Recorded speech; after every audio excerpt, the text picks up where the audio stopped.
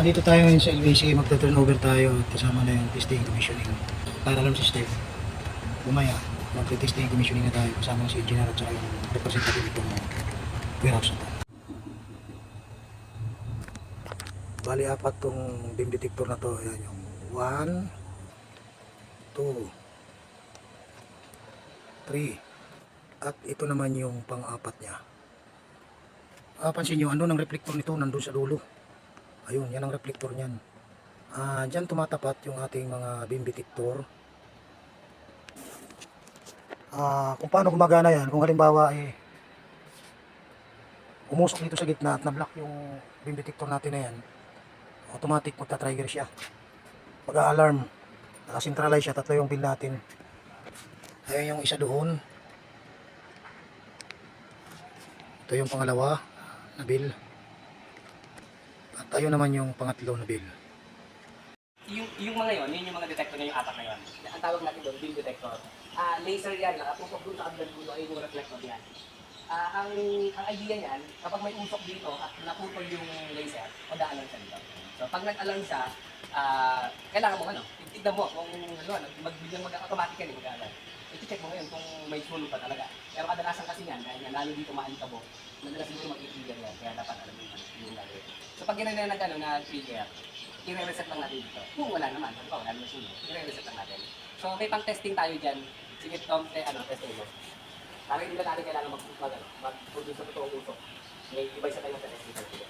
Iiwan namin sa inyo yan. Para pag kailangan yung pa-testing. Para may mga mga 7 seconds din. Bago pag hindi nakasagad ka, may mga 7 seconds din. Bago tumunog ito. Pero kung narin yung usok, nakapag yung signal. Ito yung signal ko muna. Kapag wala siyang mag-detect, ayun.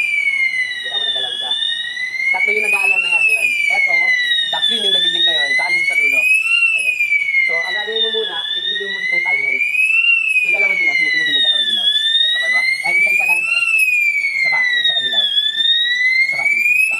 Yun. Ayun, nagdilaw. Parang ang ginawa mo yan, sinilent mo lang siya. Pero, naka-ano ko nakapula pa rin, naka-activate pa rin. Ang purpose lang nito, para yung tao, huwag matarantang magtakbuhan agad. Kasi i-check mo muna, kasi baka wala naman, baka may loko-loko nag-ios sila, mataranta yung tao. Pangalawa, kapag matagal kasi na naka-alarm, baka may mag-report sa Bureau of Fire na may sunog dito. Pupunta agad yun. Kapag wala, pwede tayo mag-penalty pag police mga naman. Kaya dapat i-check muna. So, ang pwede mong gawin, i-check mo muna. Kung dito mo pala muna malalaman. Di ba apat yan? Malalaman mo sa kanila kung sino nag-trigger. Nakikita mo naka-solid red yun. Ayan, ibig sabihin, siya yung nag-trigger. So, kung mag-check ka ng sunog, dito ka mag-i-start maghanap. Dito, titignan mo din siguro ang ulo. Kaya wala namang kamo, wala namang ubus, wala namang sunog. I-reset mo na siya ngayon. Ito. Pag bumalik ng isa lang na naka-green, okay na, tingnan mo nawala na yung quality. Ganun lang siya. Madali nga kasi beam detector eh. Hindi yan kasi hindi katulad ng mga smoke detector na nasa kisame. Medyo matrabaho yung aakit mo yun eh. Tatanggalin mo, bubuksan mo yung loob bago mo i-reset. Dito wala na. Diretso reset ka na. Tapos ito naman, testingin naman natin.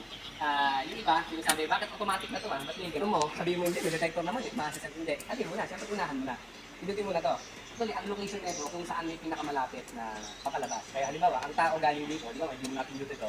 Malamang doon ka lalabas o doon lang naman, di ba? Kaya kung mapapansin mo, meron din dyan. Para paglabas, pwede yung silutin. Ang gagawin dito, angat mo to, tapos i-press mo na ito ng makikin. Ayun, nagpulo siya. Ayun. Tumutunog na siya. So, ganun din ang kaso. Halimbawa, may tao nun nasa dulo na yun, sa dulo. May loko-loko doon, hindi niya alam yung tukol dyan. Hindi pala ito, pinindot. Pwede nag-alarm na yun. So, syempre, matataranta ka. Alamin mo muna, nakita mo nakapaya. So, isa-silent mo muna ulit. Tapos hahanapin mo yun. So, naka-zone 1 pala yun. Ito ang 1. 2 yun. 2. 2 yun. Ito nga, itong 1. Ito nakahiwalay. Ito. Pati yan, 1 din yun. 1. Auto na pala yung 2. Ito, hinati natin pala sa dalawang zone. Kung kapansin mo, 1, 2. Actually, ang nakalagay sa panel, ang apat na zone eh. Pero wala ito eh. Dalawang zone lang yung active mo yan.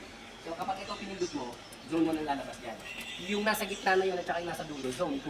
Kaya pag nakikita mo zone 2 ang umilaw, ibig sabihin, ang pinindot niyan, it's either yun, or dalawa, or yung dalawa na detector na yan. Basta yung 1, 2, 3, 4, nasa zone 2. Itong 1, 2, and 3, ito, nasa zone 1.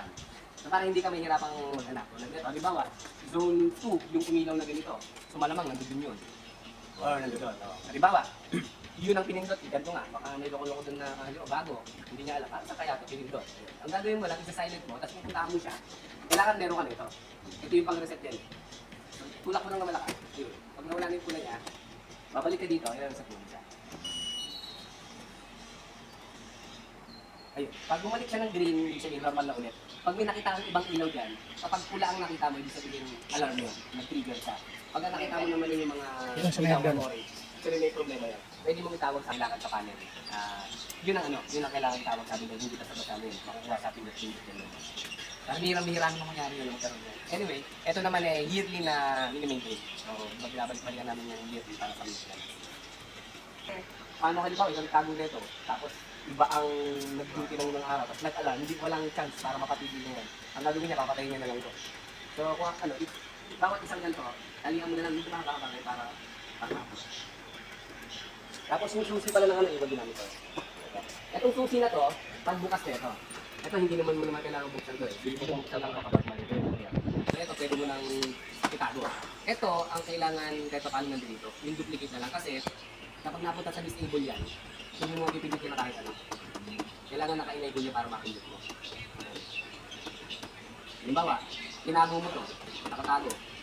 Naka-disable siya, di ba? Bigla nag-alarm, hindi mo mapatigil yun. Hahanapin mo pa to. Kung isang oras bago mo mahanap to, wala. Sira na yung ano. Sirada yung ano. Ito pala, hindi siya built na, na naka-alarm ng ganung katagal. Kasi malakas ang kinukonsumo nitong yung mga strobe lights na yan, na nag-alarm. Malakas ang tirahin yung kinukuha niya. Nakaka-stress ng panel kapag sobrang tagal sila nag-alarm. Lagi na araw-araw ganun.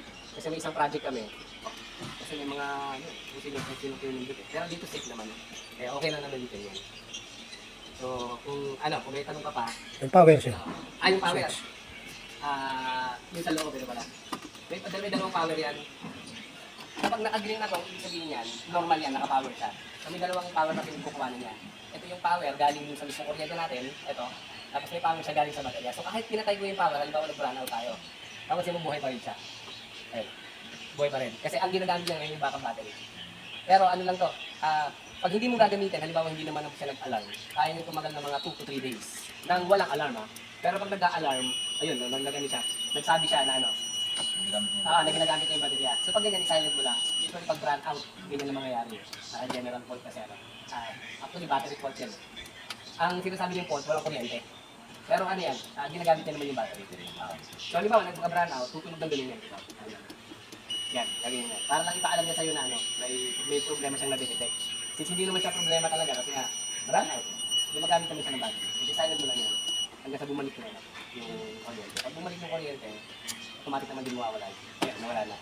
Kasi nalaman niya na may kuryente na.